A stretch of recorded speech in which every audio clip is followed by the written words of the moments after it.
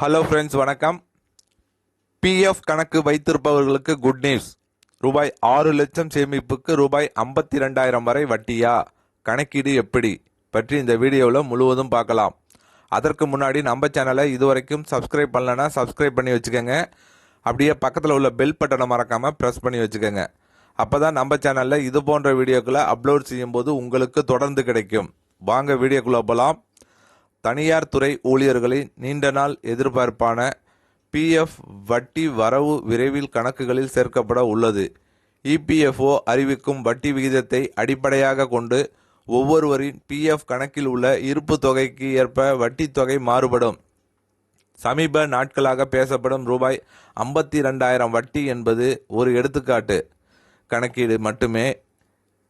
அது அனைவருக்கும் ஒரே மாதிரி கிடைக்காது என்பதும் குறிப்பிடத்தக்கது. கடந்த நிதியாண்டில் வழங்கப்பட்ட 8.25% வட்டி வீதத்தை எடுத்துக்கொண்டால் பிஎஃப் கணக்கில் ரூபாய் 6 லட்சம் இருப்பு உள்ளவர்களுக்கு சுமார் 49,500 முதல் 52,000 வரை வட்டி கிடைக்க வாய்ப்பு உள்ளது.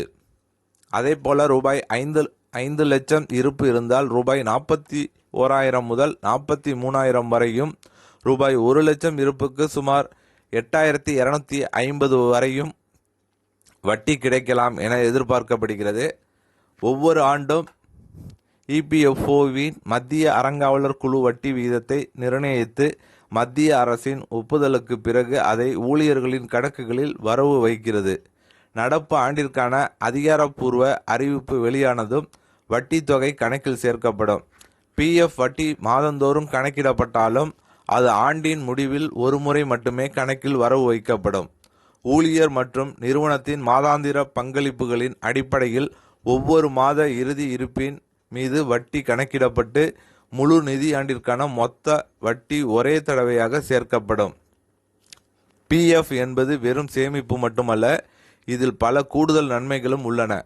பணியில் இருக்கும்போது ஊழியர் உயிரிழந்தால் இடிஎல்ஐ திட்டத்தின் கீழ் குடும்பத்தினருக்கு ரூபாய் 7 லட்சம் வரை இலவச ஆயுள் காப்பீடு வழங்கப்படுகிறது.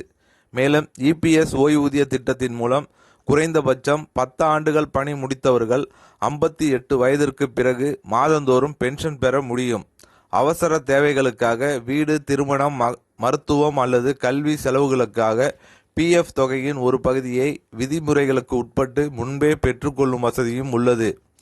ஊழியர்களின் தங்களின் பிஎஃப் இருப்பு தொகை மற்றும் வட்டி வரவு நிலவரத்தை epfindia.gov.in இணையதளத்தில் UANN மூலம் உமாங் செயலி பதிவு செய்யப்பட்ட மொபைல் எண்ணிலிருந்து SMS அனுப்புதல் அல்லது மிஸ்டு கால் சேவை மூலமாக எளிதில் சரிபார்க்கலாம்.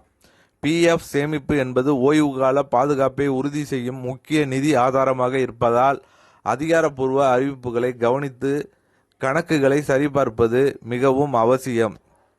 ஸோ இபிஎஃப் கணக்கு வச்சுருக்கவங்களுக்கு இது ஒரு முக்கியமான தகவலாக இருக்கும்னு நம்புகிறோம். இந்த வீடியோ பிடித்திருந்தால் லைக் பண்ணுங்கள், ஷேர் பண்ணுங்கள். மீண்டும் இது போன்று வேறு ஒரு வீடியோவில் சந்திப்போம்.